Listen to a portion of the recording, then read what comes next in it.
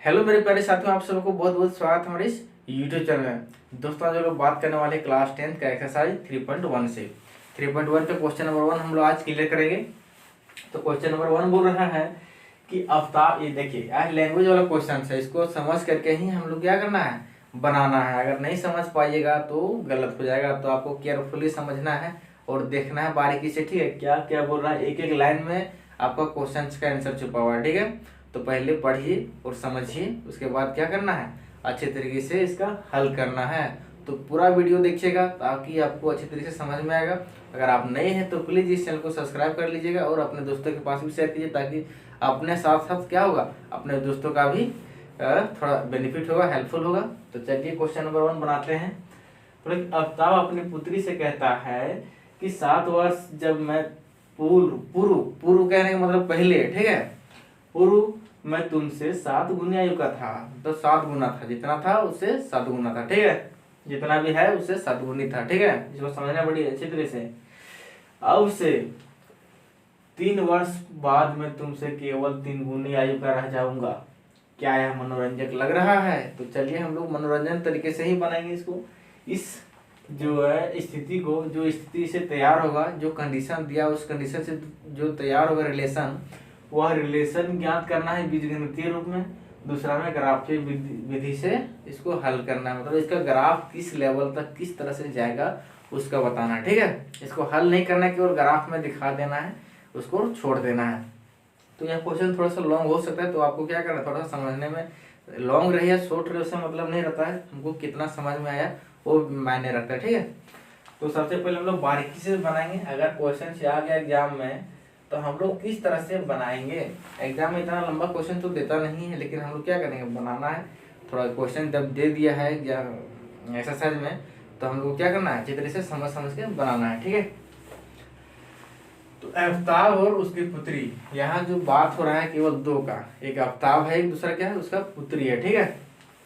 तो आफ्ताब को हम लोग मान लेते हैं, कुछ मान लेते हैं। हम लोग पहली बात किए हैं क्या, चरों की है, चरों का काम है, ठीक है। चर वाले संख्या से हम लोग काम करेंगे, खत्म करेंगे। तो हम लोग चर में ही मानना पड़ेगा। माना आफ्ताब आफ्ताब की आयु क्या है, x वर्ष, क्या है, x वर्ष है, ठीक है। अच्छी तरीके से समझ समझ के लिखना है। दूसरा में उसकी पुत्री की आयु, तो पुत्री की आयु जो हो जा रहा है, आफ्ताब की पुत्री भी लिख सकते हैं, हम डायरेक्ट पुत्री भी लिख सकते हैं, कोई दिक्कत नहीं है, ठीक है। पुत्री की आयु क्या है, पुत्री की आयु को मान लेते हैं y वर्ष। क्या मान लेते हैं, y वर्ष। x y हम लोग कोई चर मान लिए हैं, यानी कि हमको x y या तो ये कुछ भी इसके अलावा भी मान सकते हैं, ठीक है। लेकिन जनरली जो हम लोग का बुक में x y का ही प्रयोग हुआ है, इसलिए हम लोग x y का मानेंगे, ताकि हम लोग को क्या होगा, थोड़ा सावधानी भी होगा। अब क्या बोल रहा है कि x y हम लोग अभी मान लिए, अब हम लोग को बोल रहा है कि 7 वर्ष पूर्व। तो 7 वर्ष पूर्व ही कितना होगा, मान लीजिए अभी हम लोग 1 साल हैं, तो हम लोग 7 वर्ष पहले क्या महीना 7 लिख सकते हैं। अगर हम लोग अगर मान लीजिए मेरा एज 20 साल है, तो 7 वर्ष पहले बोलेगा तो हम लोग क्या बोलेंगे, 20 - 7 कर देंगे, है कि नहीं। उसी तरह से इसका अभी का आयु है x वर्ष, इसको वर्तमान आयु भी लिख सकते हैं। आफ्ताब की आयु जो अभी वर्तमान आयु है x वर्ष है, पुत्री की आयु y वर्ष है। मतलब दोनों का बाप बेटी का तो एक ही एज नहीं हो सकता है, अलग अलग हो सकता होगा, इसलिए अलग अलग माने हम लोग यहाँ पर वेरिएबल। तो सबसे पहले हम लोग देखते हैं कि 7 वर्ष पूर्व क्या होगा। 7 वर्ष पूर्व, 7 वर्ष पूर्व मतलब पूर्व का अर्थ होता है पहले, पहले, ठीक है। तो आफ्ताब की जो आयु हो जाएगा, आफ्ताब की आयु x अभी है तो -7 करना पड़ेगा, x - 7 वर्ष, 7 घटाना पड़ेगा ना, पहले की बात है अब तो घटाना पड़ेगा। अब पुत्री की आयु क्या हो जाएगा, पुत्री की आयु 7 वर्ष, इसमें भी माइनस कर देंगे तो हो जाएगा y - 7 वर्ष, ठीक है। अब क्या कंडीशन बोल रहा है प्रश्न अनुसार कि तुमसे 7 गुनी आयु का था, 7 वर्ष पहले मैं तुमसे 7 गुनी आयु का था, तो इसका कंडीशन क्या निकलता है प्रश्नानुसार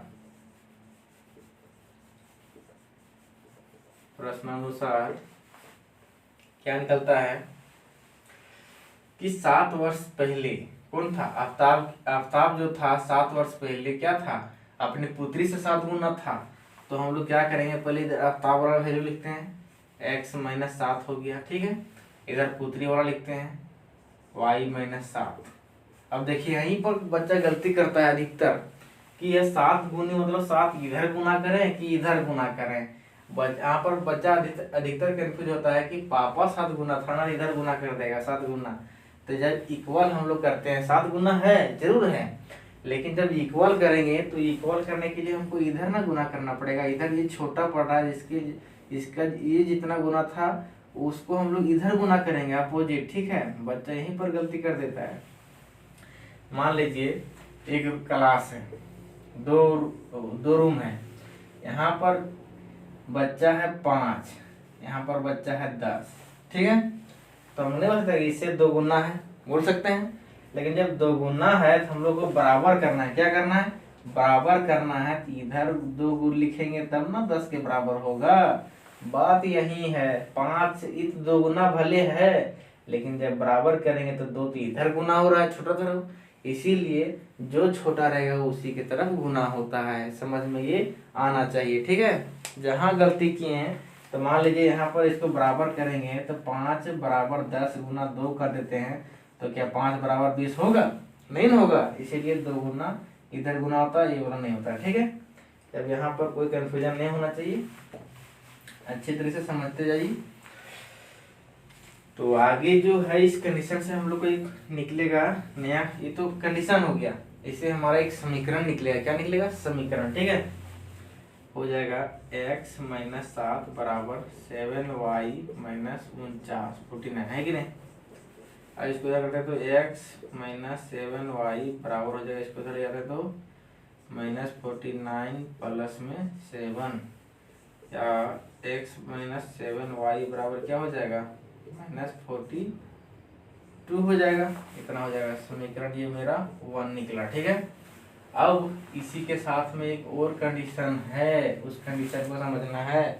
कंडीशन दूसरा बोल रहा है कि 3 वर्ष बाद, अब जब है मतलब अभी प्रेजेंट एज यहाँ पर है, उससे 3 वर्ष बाद, ये पहले की बात हम लोग में एक कंडीशन निकला। अब जब बाद की बात कर रहा है तो बाद में क्या प्लस करेंगे, क्या करेंगे प्लस। जब बाद बोलेगा तो प्लस, पहले बोलेगा तो माइनस करेंगे, ठीक है। तो यहाँ पर लिखेंगे, अब क्या करेंगे, दूसरा जो कंडीशन है 3 वर्ष बाद, तो 3 वर्ष बाद क्या होता है, मैं तुमसे 3 गुनी रह जाऊंगा। तो इसका मतलब हो गया आफ्ताब की आयु में क्या होगा, आफ्ताब की आयु 3 वर्ष बाद क्या हो जाएगा x प्लस 3 साल, 3 वर्ष, 3 वर्ष बाद ना। बता यहाँ से इधर उधर से कहीं छेड़छाड़ नहीं करना है तुमको, यही सब कंडीशन यहाँ से जोड़ना है, ठीक है। अब उसके पुत्री का भी तो आयु 3 साल बढ़ हो जाएगा ना, पुत्री की आयु जो हो जाएगा y प्लस 3 हो जाएगा, 3 वर्ष, है कि नहीं। अब प्रश्न से हम लोग ध्यान से देखते हैं कि क्या बोला है कि जब 3 साल बाद 3 गुनी रह जाऊंगा, तो इधर आफ्ताब की आयु लिखते हैं x प्लस 3, इधर लिखते हैं y प्लस 3, उसकी पुत्री की आयु। जब बराबर करेंगे तो 3 इधर गुना करना पड़ेगा। क्वेश्चन में बोला है कि ये बड़ा है, लेकिन हम लोग बराबर करना है, इसलिए इसके बगल में 3 इधर गुना करना है, ठीक है। ये थोड़ा सा हम लोग को लॉजिकली सोचना पड़ेगा। और इसको सॉल्व करते क्या हो जाएगा, x माइनस 3 बराबर 3y प्लस का 9, क्या हो जाएगा x, इसको इधर जाते हैं तो माइनस 3y। देखिए बराबर के बाएं तरफ अगर इंटरचेंज करेंगे, अदल बदल करेंगे, तब हमारा साइन में परिवर्तन होता है, ठीक है। हम लोग ये सब पता है। बराबर ये 9 है, इसको उधर ले आते हैं तो माइनस में हो जाएगा 3। अब x माइनस 3y बराबर क्या हो जाएगा 6, 9 3 6 हो गया। अब समीकरण इसको 2 मान लेते हैं, हमारे पास 2 समीकरण आ गया। बस अब बोल रहा है उसको किस किस रूप में दिखाना है, तो इस स्थिति को बीजगणितीय ग्राफ में और ग्राफीय रूपों में दोनों में दिखाइए। बीजगणितीय तो हम लिखते हैं, इसलिए बीजगणितीय रूपों में बीजगणितीय रूप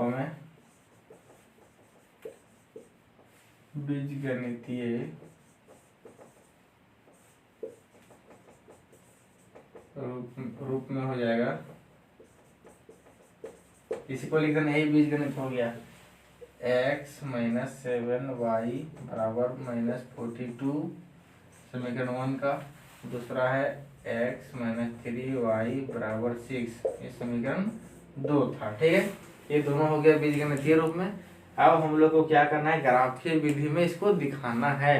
तो ग्राफीय विधि में दिखाने के लिए हम लोग इसको साफ करेंगे और अच्छी तरह से क्या करेंगे, एक्स वाई एक्सिस को हम लोग नोट करेंगे। पहले देखो भाइयों, अब हमारे पास बीजगणितीय रूप में कन्वर्ट हो गया। अब इसको क्या करना है कि इसका हम लोग एक्स वाई का कुछ मान ज्ञात करना है। ऐसा मान हम लोग ज्ञात करेंगे कि इसके हेल्प से हम लोग एक ड्रॉ करेंगे ग्राफ, और इसके साथ ही ग्राफ खींचना भी हम लोग सीख जाएंगे। अगर आपको ग्राफ खींचने के लिए नहीं आता होगा तो प्लीज इस वीडियो को पूरा अच्छी तरह से देखिए, समझिए, और आपको क्या होगा कि ग्राफ खींचने में कहीं भी कोई परेशानी नहीं रहेगा। तो सबसे पहले हम लोग ग्राफ खींचने से पहले डायरेक्ट ऐसे करके ग्राफ नहीं खींच दे सकते हैं समीकरण से। इसके लिए इसका कुछ वैल्यू निकालना पड़ेगा। हर एक समीकरण का 2-3 वैल्यू निकाल करके हम लोग क्या करेंगे, उसका ग्राफ खींचेंगे। ठीक है, तो पहला जो हम लोग समीकरण है x - 7y बराबर -42, इससे हम लोग क्या करते हैं, कुछ वैल्यू हम लोग बैठाते हैं। देखिए ध्यान से, समीकरण 1 से अब हम लोग ग्राफीय विधि से लिखते हैं। यहाँ पर ग्राफीय, अब हम लोग को क्या कर दिए कि बीजगणितीय रूप में दिखा दिए, अब ग्राफीय रूप में हम लोग दिखाएंगे। यहाँ से आगे बढ़ेगा मेरा ग्राफीय रूप में। तो समीकरण 1 से हम लोग क्या पाते हैं, सो देखते हैं। x - 7y बराबर क्या है, -42 है। तो हम लोग लिख सकते हैं x बराबर क्या लिख सकते हैं, -42 प्लस में 7y, इतना तो लिख ही सकते हैं कि नहीं। अब x बराबर देखिए, y बराबर भी कन्वर्ट कर सकते हैं, और x बराबर, तो हम लोग को क्या करना है कि देखिए किसी एक के रूप में बराबर लिखना और बराबर उसके सभी वैल्यू को दाहिना तरफ पुट कर देना। ठीक है, अब देखते हैं हम लोग क्या करते हैं, इसके हेल्प से हम लोग क्या निकालते हैं। इसका हम लोग क्या करते हैं, समीकरण 1 का एक ग्राफ खींचेंगे। तो उससे पहले हम लोग एक बॉक्स बनाएंगे, उस बॉक्स का क्या करेंगे, इसमें वैल्यू पुट करेंगे। ठीक है, कम से कम 3 वैल्यू तो आपको निकालना ही निकालना है, 3 या 4 वैल्यू। तो 3 वैल्यू हम लोग कोशिश करेंगे कि निकालेंगे, और उसी तीनों वैल्यू से हम लोग उस मतलब ग्राफ खींचने में कैसे हेल्प करेगा उसके बारे में हम लोग देखेंगे। ठीक है, इधर x लिखते हैं, इधर y लिखते हैं। कोई जरूरी नहीं कि यहाँ पर x बराबर ही कर दो, y बराबर भी करके हम लोग निकाल सकते हैं। ठीक है, तो थोड़ा छोटा लिखना है ताकि यहाँ पर अभी ज़्यादा स्पेस ले लेगा। इसलिए अगर आपको अच्छी तरह से विजिबल नहीं हो, थोड़ा सा मेरा आवाज़ को भी कैप्चर करके बना, थोड़ा समझिएगा। ठीक है, तो क्या करेंगे, अब देखिए ये हमारा समीकरण है। अब इस समीकरण में हम लोग क्या करते हैं, इसमें कुछ वैल्यू रखते हैं। y का मान रखेंगे तो x का मान देगा, x का मान रख, यहाँ पे देखिए जिधर इस x बराबर इधर कर दिए सभी वैल्यू, तो हम लोग यहाँ जो इधर है उसमें हम लोग वैल्यू पुट करेंगे और x का मान अपने आप देगा। ठीक है, लेकिन ऐसा ही वैल्यू पुट करना है। यहाँ तो मेरा डिवीजन वाला डिवाइड वाला नहीं आया है। अगर डिवाइड, देखिए y बराबर जब करेंगे तो साथ हमारा डिवाइड में हो जाएगा। तो हम लोग वैसा ही वैल्यू लेंगे जो आसानी से हम लोग यहाँ पर ग्राफ में खींच सकते हैं। अब मान लो 42/8 आ गया, 13/7 आ गया, तो हम लोग क्या करें, ग्राफ में उस तरह से मतलब कहीं ऊपर नीचे हो जाएगा। ठीक है, ग्राफ पेपर में बनाइएगा तो वहां पर कोई दिक्कत नहीं होगा, लेकिन ये थोड़ा सा कहीं ना कहीं मिस्टेक होने लगता है। इसलिए कोशिश करना है कि हम लोग का वैल्यू सही वैल्यू प्रदान हो, तो थोड़ा सा मतलब पूर्णांक के रूप में। ठीक है, ताकि हम लोग यहाँ पर फटाफट बैठा सकते हैं। तो देखिए हम लोग वैसा क्वेश्चन से आएगा तो हम जरूर उस तरह का क्वेश्चन बताएंगे। ठीक है, यहाँ पर x बराबर इतना लिख दिए। अब y का वैल्यू हम लोग यहाँ पर देखिए, अब नया बनाइएगा तो डायरेक्ट आपको यहाँ पर वैल्यू x बराबर पुट y बराबर पुट करने पर x का वैल्यू देता है। आप नहीं थोड़ा समझ पाइएगा तो हमको क्या करना है, बारीकी से एक दो बार बताते हैं, 1-2 का वैल्यू निकाल करके देखिए यहाँ पर y बराबर हम लोग क्या करते हैं, अब सबसे पहले देखिए ऐसा वैल्यू थोड़ा क्लोजली आ जाए वैल्यू, ठीक है, ताकि हम लोग ग्राफ, ये देखिए हमारी बहुत बड़ा ये संख्या है, मान लो 0 पुट करते हैं तो x बराबर -42 देता है, जो हमारा ग्राफ में बहुत नीचे के ओर, देखिए x बराबर देगा तो इधर बाएं तरफ लेना पड़ेगा, है कि नहीं। तो हम लोग को ऐसा वैल्यू लेना है जो एग्जैक्ट वैल्यू दे, 7×35। y बराबर अगर हम 5 रखते हैं, देखिए क्या देगा वैल्यू, y बराबर 5 रखने पर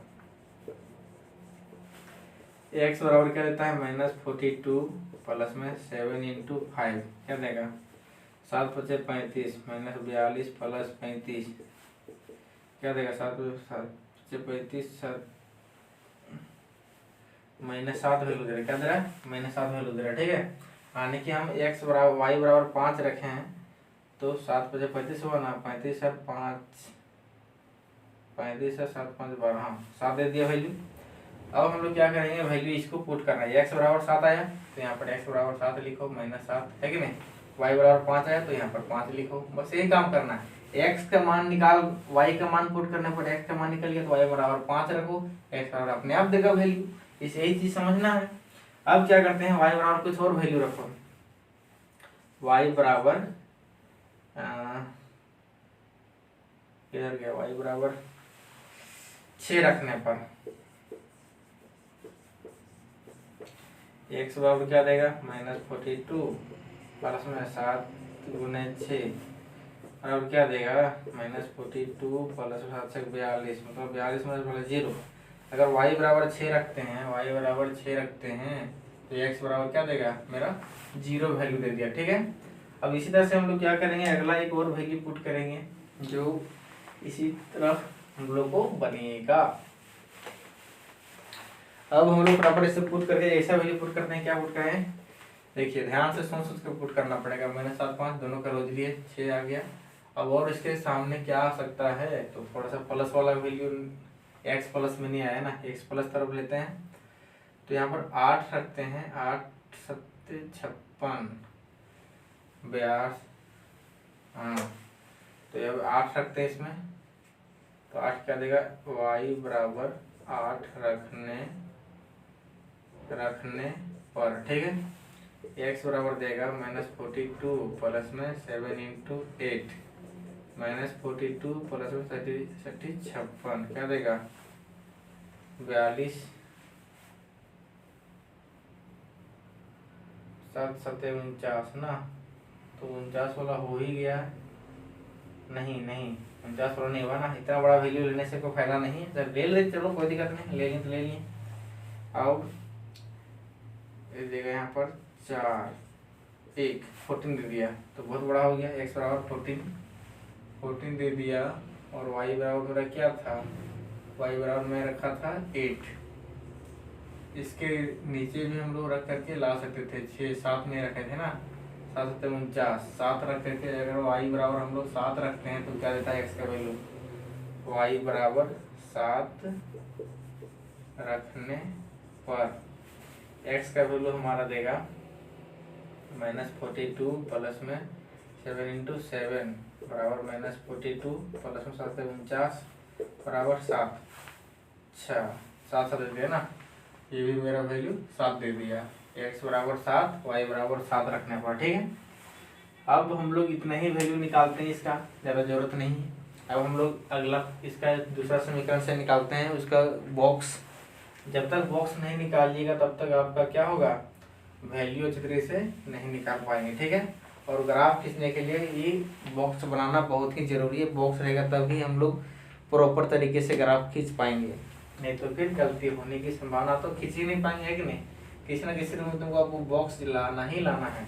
अब हम लोग देखते हैं समीकरण 2 से, समीकरण 2 से भी एक बॉक्स बनाते हैं, ये समीकरण 1 का था।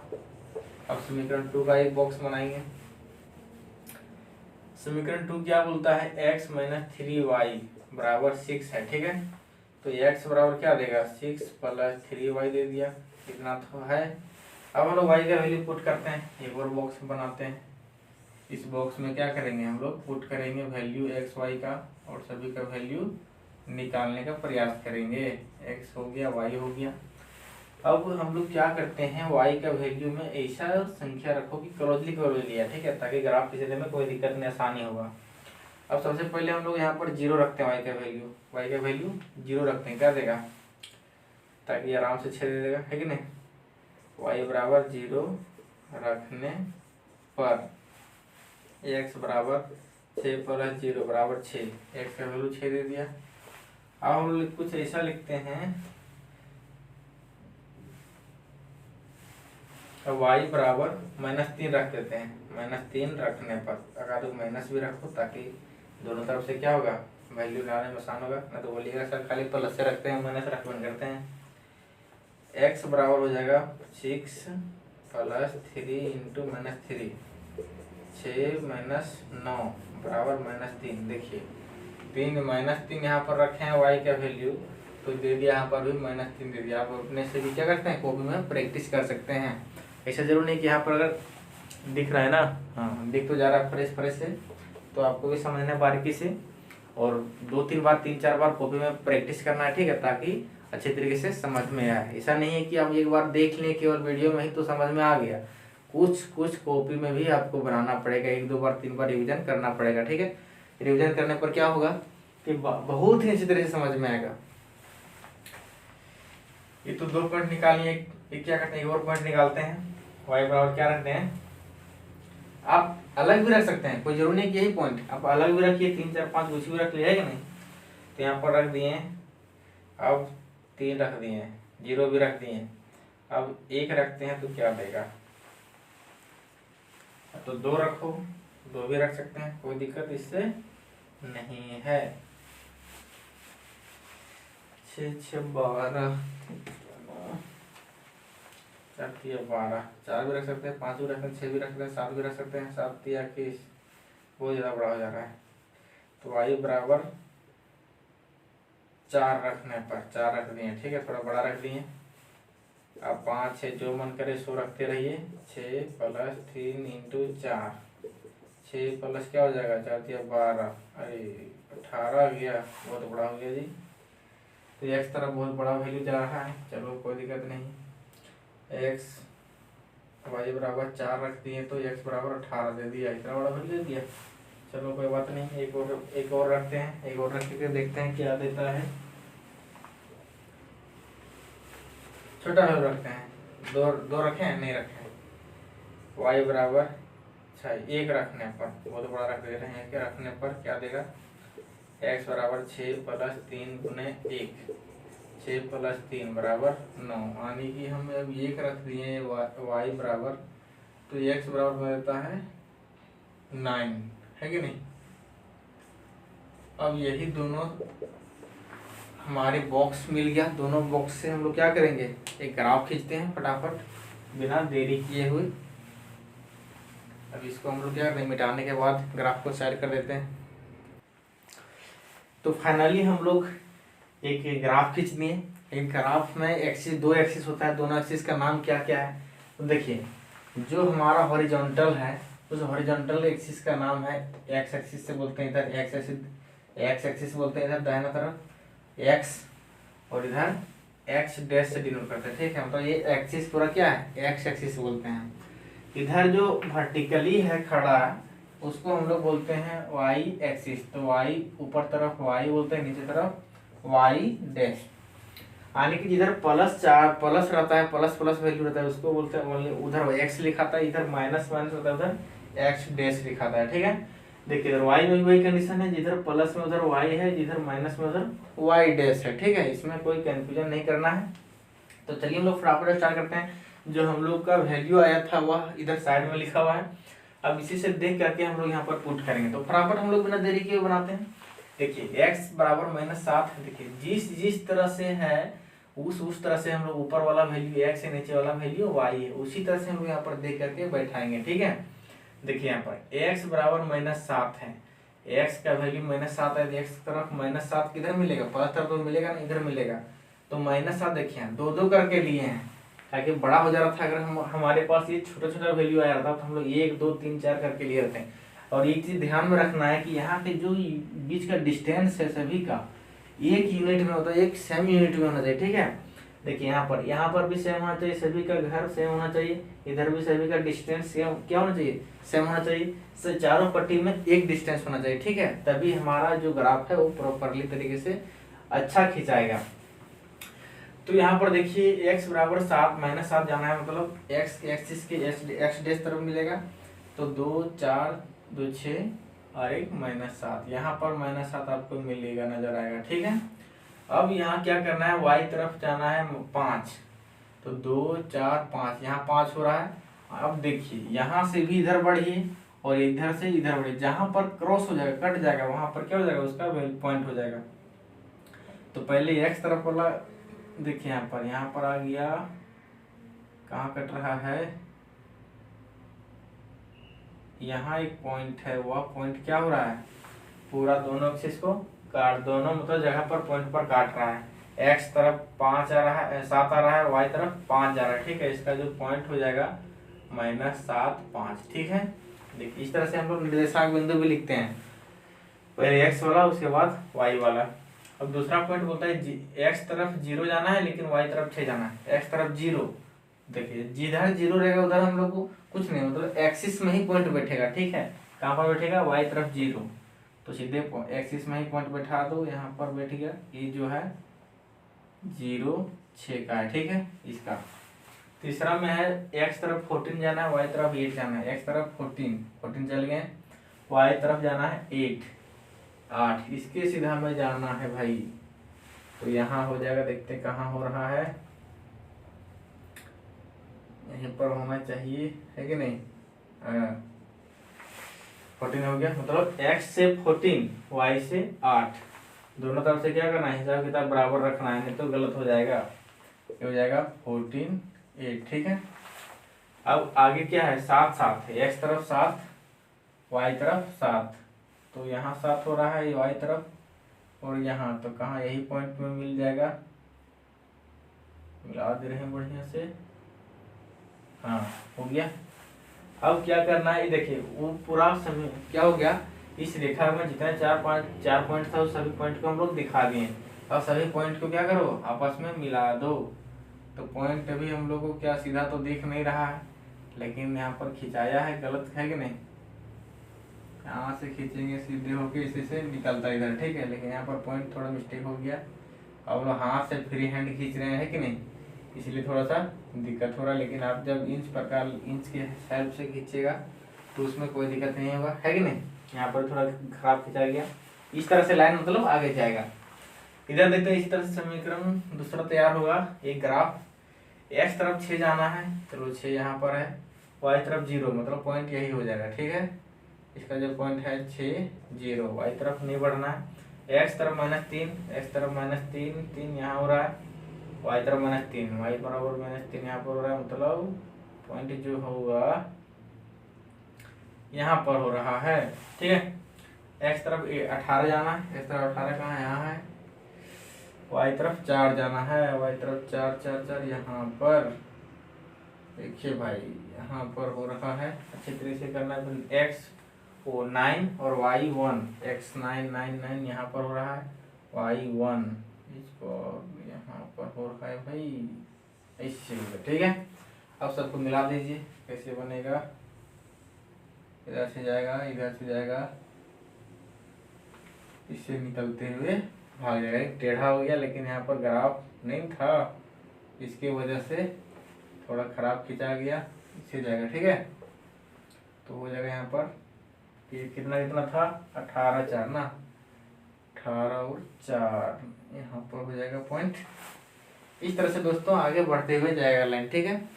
तो इसमें हल कैसे आएगा नहीं आएगा उसके बारे में नहीं बताना था, केवल ग्राफीय विधि से हल व्यक्त करना था। दूसरा बीजगणितीय विधि से यहाँ पर देखना था, बीजगणितीय विधि से हम लोग समीकरण तैयार करते हैं, वही बीजगणितीय विधि हो गया, और जब ग्राफ विधि से हल करें तो वह ग्राफीय विधि से हो गया, ठीक है।